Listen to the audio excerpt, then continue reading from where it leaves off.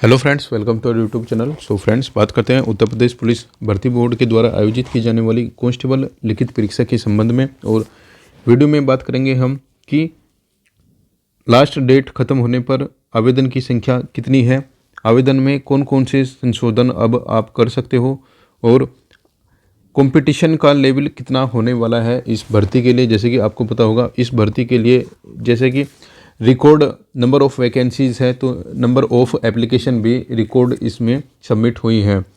So friends, सभी मुद्दों पर बात करेंगे। और यदि चैनल पर आप हमारे पहली बार आए हो तो प्लीज़ चैनल को ज़रूर सब्सक्राइब करना फर्दर अपकमिंग अपडेट्स के लिए, और बेल नोटिफिकेशन को भी प्रेस करना जिससे सभी अपडेट्स आपको मिलती रहे। आइए स्टार्ट करते हैं आज की वीडियो को। सो फ्रेंड्स, जैसे कि आपको पता है, हमारा यूट्यूब चैनल के साथ ही हमारा टेलीग्राम चैनल भी कनेक्टेड था और सेम नाम से ही हमारा टेलीग्राम चैनल था। सो फ्रेंड्स, हमारे जो टेलीग्राम चैनल था पहला, इसमें कॉपीराइट आने की वजह से हमारा ये चैनल डिस्कनेक्ट हो चुका है। तो आप सेम नाम से फिर से अपने टेलीग्राम चैनल को सर्च कीजिए टेलीग्राम पर, और अपना चैनल फिर से आ जाएगा और आप इस चैनल को फिर से ज्वाइन कर सकते हो। और फ्रेंड्स, ग्रुप को ज्वाइन करने के लिए टेलीग्राम चैनल की लिंक कमेंट बॉक्स में भी पिन कर दी जाएगी, और आप डिस्क्रिप्शन से भी टेलीग्राम चैनल की लिंक पर क्लिक कर सकते हो। आइए अब स्टार्ट करते हैं अपने आज के टॉपिक को। सो फ्रेंड्स, जैसे कि आपको पता है, ऑनलाइन रजिस्ट्रेशन की जो अंतिम तिथि है वो समाप्त हो चुकी है यूपी पुलिस के कांस्टेबल के फॉर्म के लिए। और अब केवल कैंडिडेट मॉडिफिकेशन ही कर सकते हैं 20 जनवरी तक, ठीक है। यानी कि फॉर्म को आप एडिट ही केवल कर सकते हो 20 जनवरी तक, ठीक है। 20 जनवरी तक की भर्ती बोर्ड के द्वारा ये डेट दी गई है। सबसे पहले तो हम बात करते हैं कि कौन कौन से जो मॉडिफिकेशंस हैं आप अपने नोटिफिकेशन के अकॉर्डिंग कर सकते हो, जो नया नोटिफिकेशन भर्ती बोर्ड के द्वारा जारी किया गया था। सो फ्रेंड्स, जैसे कि आपको पता है, भर्ती बोर्ड के द्वारा एक ट्वीट किया गया था और उस ट्वीट में बताया गया था कि कैंडिडेट अपने सभी जो कॉलम है उसमें एडिट कर सकता है, ठीक है। यानी कि जब आप अपना फॉर्म ओपन करोगे तो उसमें सभी प्रकार के जो मॉडिफिकेशन है आप कर सकते हो। यानी कि आप मानकर चलिए, जो आपने आवेदन फीस सबमिट करने से पहले जो आवेदन किया था, एक बार फिर से आपको कंप्लीट वही आवेदन फिर से करना होगा यदि आप ओपन करोगे तो, ठीक है। और इसके लिए काफ़ी कैंडिडेट्स को डाउट हो रहा है कि मॉडिफिकेशन के लिए कोई फ़ीस देनी होगी या फिर नहीं। देखिए, इसके लिए कोई फ़ीस चार्जेस नहीं होंगे, ये सब कुछ फ्री ऑफ कॉस्ट है कैंडिडेट के लिए। उसके बाद में बात करते हैं कि काफ़ी कैंडिडेट ऐसे हैं जिनको सिग्नेचर की प्रॉब्लम है। देखिए, सिग्नेचर की जो नोटिफिकेशन के अकॉर्डिंग बताया गया है कि आप ब्लैक सिग्नेचर कीजिए, ठीक है। देखिए, 90% जो रिक्रूटमेंट होती है वो ब्लैक सिग्नेचर ही प्रीफर करती है। यदि आपने ब्लू पेन से भी सिग्नेचर कर दिया है तो उसमें भी इतना बड़ा कोई इशू नहीं है, आपका एडमिट कार्ड जनरेट होगा। लेकिन यदि आप चाहो तो उसको ब्लैक में कन्वर्ट कर सकते हो। इसमें कोई ऐसा कंपलसरी नहीं है कि आपको ब्लैक ही करना पड़ेगा, ठीक है। ये आपकी मर्जी है। वैसे हम आपको पर्सनली यही बोलेंगे कि जो नोटिफिकेशन में दिया गया है उसके अकॉर्डिंग आप कीजिए। तो यानी कि हम प्रीफर करेंगे ब्लैक सिग्नेचर को, ठीक है। आप ब्लैक सिग्नेचर कीजिए, ठीक है। और बाकी आपके जो भी प्रॉब्लम्स थी आधार कार्ड से संबंधित, वो सब मॉडिफिकेशन अब हो जाएगा। फ़ोटो के संबंध में भी कितने कैंडिडेट हैं जिनकी डाउट आ रहे थे उसमें मॉडिफिकेशन होगा या नहीं होगा। तो फ्रेंड्स, आवेदन एक बार ये सोच लीजिए आप, जैसे आप लॉगिन करोगे तो आपको फिर से एक नया आवेदन के रूप में आप मानकर चलिए कि आपको फिर से एक नया आवेदन उसके अंदर करना होगा, ठीक है। That's it. अब बात करते हैं कि 16 जनवरी को रात को 11:59 पर, यानी कि 11:59 पर जो लिंक डीएक्टिवेशन के टाइम था, उस टाइम तक कितना आवेदन भर्ती बोर्ड के जो पोर्टल है उस पर रजिस्ट्रेशन के लिए केवल और केवल यहाँ पर ओनली रजिस्ट्रेशन की ही बात हो रही है, ठीक है। फाइनल सबमिशन का डाटा कुछ और रहेगा, ये चीज़ें आपको यहाँ पर ध्यान रखनी होगी। देखिए फ्रेंड्स, फाइनल अभी जो रजिस्ट्रेशन का डाटा अब कल आया है हमारे पास, देखिए यहाँ पर आप देख सकते हो जो टाइम यहाँ पर है 23:59 का टाइम है। यानी कि जिस टाइम आपकी लिंक डीएक्टिवेट हुई है सेम उसी टाइम का ये पोर्टल है का रजिस्ट्रेशन है, और रजिस्ट्रेशन आप यहाँ पर देख सकते हो। तो ये रजिस्ट्रेशन आखिरी मिनट में हुआ है, ठीक है। यानी कि आप 60,14,907 यहाँ पर मान सकते हो। तो इसमें से यदि आप 10 माइनस कर दोगे तो आपका जो रजिस्ट्रेशन नंबर है वो जनरेट हो जाएगा, यानी कि आपका 50,14,907, ठीक है, 50,14,907 ये ओनली रजिस्ट्रेशन है, ठीक है, ये केवल और केवल रजिस्ट्रेशन है। इसके बाद में जो फाइनल डाटा होगा इसके बाद में ही इसको फाइनल डाटा में कन्वर्ट किया जाएगा, ठीक है। अब बात करते हैं कि फाइनल डाटा एक्सपेक्टेड कितना हो सकता है और आपका जो कंपटीशन है वो कंपटीशन का लेवल अब कितना हो रहा है। देखिए काफ़ी कैंडिडेट होंगे अब यही सोच के घबरा गए होंगे कि 50 लाख रजिस्ट्रेशन है, ठीक है, ऐसा कुछ भी नहीं है। 50 लाख की ये केवल रजिस्ट्रेशन की भीड़ है, एक्चुअल डाटा कुछ और ही यहाँ पर निकलने वाला है। देखिए जब फॉर्म की स्क्रूटनी यहाँ पर हो जाएगी तो ये जो डाटा निकलेगा ये 45 से 46 लाख तक का जो डाटा होगा ये ही डाटा निकलने वाला है जो आवेदन किए हैं, फाइनली जो एप्लीकेशन सबमिट किए हैं, यानी कि रजिस्ट्रेशन फ़ीस के साथ में, ठीक है। हो भी सकता है कि इससे भी थोड़ा और डाउन आ जाए, ठीक है। अब बात करते हैं कि यदि 42 से 45 लाख यदि रजिस्ट्रेशन के अकॉर्डिंग फाइनल डाटा होता है तो उसमें एक्चुअल कंपटीशन कितना है, ठीक है। एक तो होता है कंपटीशन, ठीक है, कि हाँ 50 लाख बच्चों ने आवेदन कर दिया कि 50 लाख का कंपटीशन है। एक होता है कि एक्चुअल कंपटीशन कितना है, ठीक है, जो रियल में फाइट कर रहे हैं बच्चे, रियल फाइटर जो बच्चे हैं उनका कंपटीशन कितना है। देखिए आवेदन सभी भर्ती में होते हैं, ठीक है, कोई फॉर्म आएगा तो आवेदन उसमें 10 लाख 20 लाख ये अब के टाइम में एक आम बात है, ठीक है। एसएससी जीडी की यदि आप बात करोगे तो वहाँ पर भी 47 लाख आवेदन हुए हैं। बात आवेदन की नहीं होती, बात होती है जो एक्चुअल कैंडिडेट एग्ज़ाम दे रहा है और एक्चुअल कैंडिडेट उस पर्टिकुलर एग्ज़ाम की तैयारी कर रहा है, बात उसकी होती है, ठीक है। मानकर चलिए कि यहाँ पर 45 लाख जो बच्चे हैं उनका फाइनली फ़ीस पेमेंट हुआ है, ठीक है।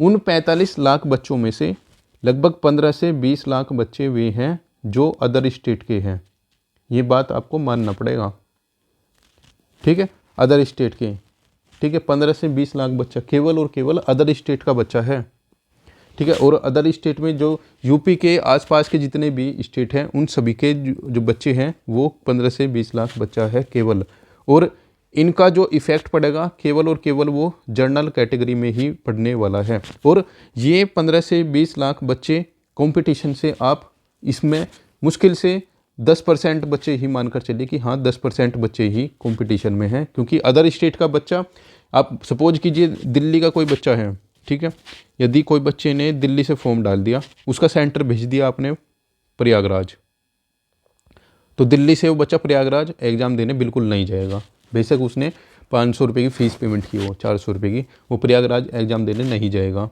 ठीक है। जिस बच्चे ने जयपुर से इसके लिए अप्लाई किया उसका सेंटर भेज दिया लखनऊ, तो जयपुर से लखनऊ जाने वाला बच्चा भी 1% को ये चीज़ें सोच रहा होगा कि मैं जाऊं या ना जाऊं, क्योंकि उसको पता है तू जर्नल में है यहाँ पर, ठीक है। और सेम डेट में यदि कोई उसी के स्टेट में कोई एग्ज़ाम होगा तो वो कैंडिडेट अपने स्टेट को प्रीफर करेगा, ना कि आपके यूपी पुलिस के एग्ज़ाम को, ठीक है। पहली बात तो आप यहाँ पर ये सोच के चलिए, ठीक है। यानी कि आप मानकर चलिए कि 15 से 20 लाख बच्चे जो हैं वो अदर स्टेट के हैं, और जो एक्चुअल जो यूपी का जो कैंडिडेट है वो केवल 20 से 25 लाख बच्चा ही केवल यूपी का है, जिस बच्चे ने यूपी से अप्लाई किया है, ठीक है। एक्चुअल जो फाइट होगी वो केवल और केवल उन बच्चों की होगी जो यूपी से फॉर्म अप्लाई किए हैं, ठीक है। और उस कंडीशन में देखा जाए तो देखिए सबसे ज़्यादा जो बच्चे बोल रहे हैं कि सबसे ज़्यादा किस कैटेगरी में फ़ाइट होगी, सबसे ज़्यादा कैटेगरी में फ़ाइट हो रही है ये जर्नल की होगी, क्योंकि इस जर्नल की कैटेगरी में यूपी का जर्नल प्लस अदर स्टेट का जर्नल, ये दोनों ही इस स्टेट यहाँ पर फाइट कर रहे होंगे। और अदर स्टेट की हम बात कर चुके हैं, अदर स्टेट का मैक्सिमम 10 से 20% बच्चा ही पेपर देगा, ठीक है। आपने देखा होगा यूपी पीईटी में लक्षद्वीप तक के बच्चों ने फॉर्म डाले थे, ठीक है, अंडमान निकोबार तक के बच्चों ने फॉर्म डाले थे यूपी पीईटी में, ठीक है। जो बच्चे यूपी पीईटी की तैयारी करते हैं उनको पता है, ठीक है। क्या ये बच्चा पीईटी देने के लिए यूपी में आएगा? मान कर चलिए फॉर्म डालने की बात और होती है और एक्चुअल एग्ज़ाम देने की बात और होती है, ठीक है। फॉर्म तो आप किसी अदर स्टेट का आप भी डाल देते होंगे, बात होती है आप पेपर में अपीयर हो रहे हैं या फिर नहीं, ठीक है। दूसरी बात, आप पेपर में अपियर भी हो रहे हो तो उसके बाद ये होती है कि आपने एक्चुअल उस एग्ज़ाम की तैयारी की है या नहीं की है। देखिए, एक बात यहाँ पर ध्यान रखिए, यदि इस पेपर में यूपी जीके अगर जो 10 से 12 क्वेश्चन भी यूपी जीके के यहाँ पर पूछ लेना, तो ये जितने भी अदर स्टेट वाले हैं इनका सबका बैंड यहाँ पर बज जाएगा। ठीक है, जितने भी अदर स्टेट वाले हैं ना कैंडिडेट, ये 10 से 15 से 20 लाख, इन सब का बैंड यहाँ पर बजा दिया जाएगा यूपी जीके में। इसलिए जितने भी कैंडिडेट हैं यूपी जीके को स्पेशली फोकस करिए, क्योंकि बच्चे बाहर निकालने होंगे ना, जब किसी भी एसीए को बच्चे बाहर निकालने होते हैं तो वो उस चीज़ को पकड़ते हैं जिस चीज़ पर बच्चे कम फोकस करते हैं। ठीक है, और ये यहाँ पर यूपी जीके केवल और केवल यूपी के कैंडिडेट्स के लिए प्लस पॉइंट रहेगा, क्योंकि यूपी के कैंडिडेट स्टेट जीके होती है, उसकी चीज़ें वहाँ की जानी पहचानी होती है और उसको इतना तो एटलीस्ट पता होता है कि आपको क्या पढ़ना है और क्या छोड़ना है। ठीक है, मध्य प्रदेश का बच्चा या फिर आप बोल लो महाराष्ट्र का बच्चा यूपी जीके जब पढ़ेगा ना, उसको समझ में नहीं आएगा तेरे को क्या पढ़ना है क्या छोड़ना है।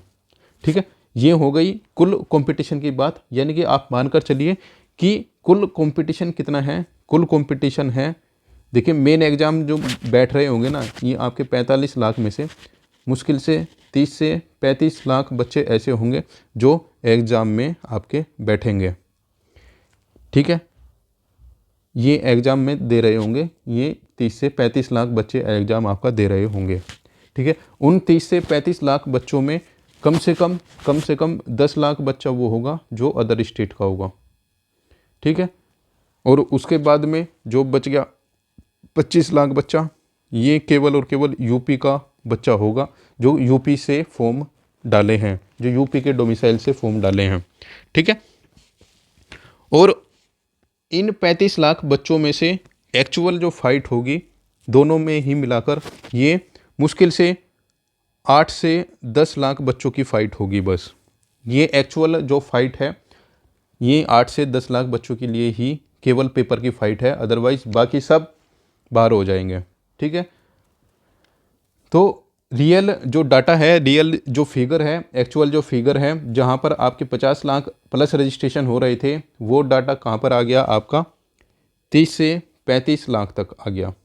ठीक है, 30 से 35 लाख बच्चा आ गया, क्योंकि 45 लाख यहाँ पर वो बच्चा होगा जो फीस पेमेंट करेगा और 30 से 35 लाख बच्चा पेपर देगा। ठीक है, जरूर कोई भी एग्ज़ाम, इवन आप यूपीएससी का सिविल सर्विसेज का आप एग्ज़ाम भी देखोगे ना, सिविल सर्विसेज का 100% तो अटेंडेंस वहाँ पे भी नहीं होती जिसमें आईएएस बनते हैं।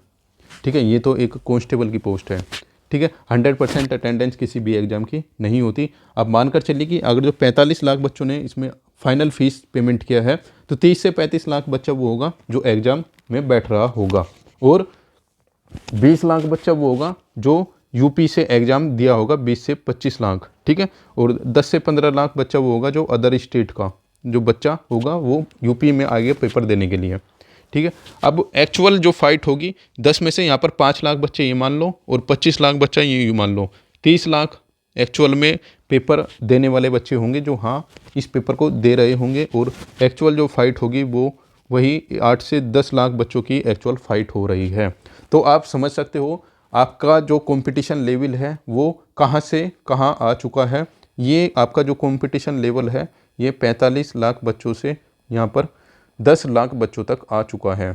ठीक है, तो इसका मतलब ये होगा ये 35 लाख जो है ना, ये 35 लाख ये भीड़ है और कुछ नहीं है। देखिए बुरा लग सकता है, जो वर्ड है थोड़े गलत लग सकते हैं, लेकिन रियलिटी भी यही है, क्योंकि 100% अटेंडेंस किसी भी एग्ज़ाम का नहीं होता। ठीक है, ये भी एक फैक्ट है।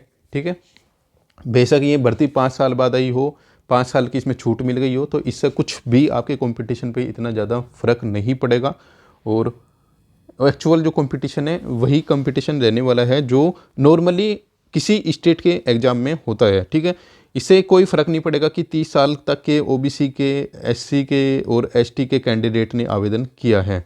ठीक है, इससे कोई फ़र्क नहीं पड़ेगा। जो बच्चा अब 30 साल का आवेदन किया है ना, तो उसकी अब पढ़ाई भी देख लेना, अब कैसी पढ़ाई हो रही होगी उस भाई की।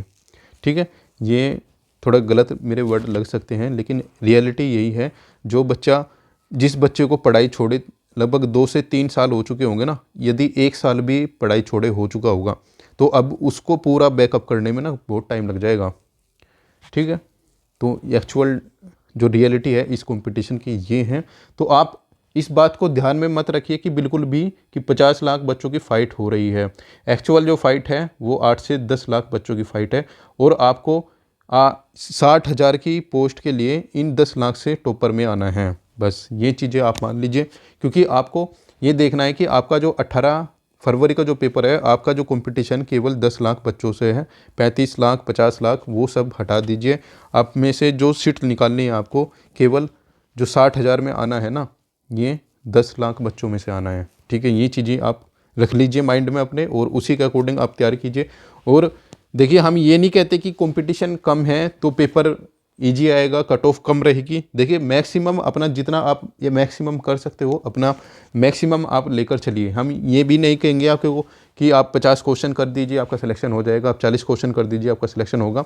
देखिए, आप जितना मैक्सिमम करोगे इतना आपका फ़ायदा रहेगा। ठीक है, मैक्सिमम करने का फ़ायदा ये रहेगा। देखिए, सबको पता है 60,000 वैकेंसी है। जब ट्रेनिंग होगी तो अच्छे से रुला दिया जाएगा जब ट्रेनिंग होगी, क्योंकि बैच वाइज ट्रेनिंग होगी। तो कोशिश करना आपके इतने अच्छे नंबर आए कि आपको फर्स्ट बैच में नंबर आए।